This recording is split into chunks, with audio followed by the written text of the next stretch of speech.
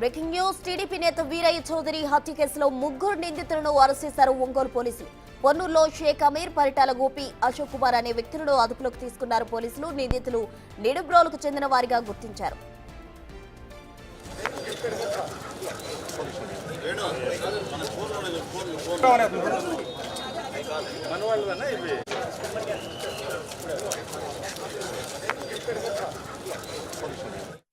ఇక టీడీపీ నేత వీరయ్య చౌదరి హత్య కేసులో నిందితులుగా ఉన్న ముగ్గురిని ఒంగోలు పోలీసులు అరెస్ట్ చేయడం జరిగింది.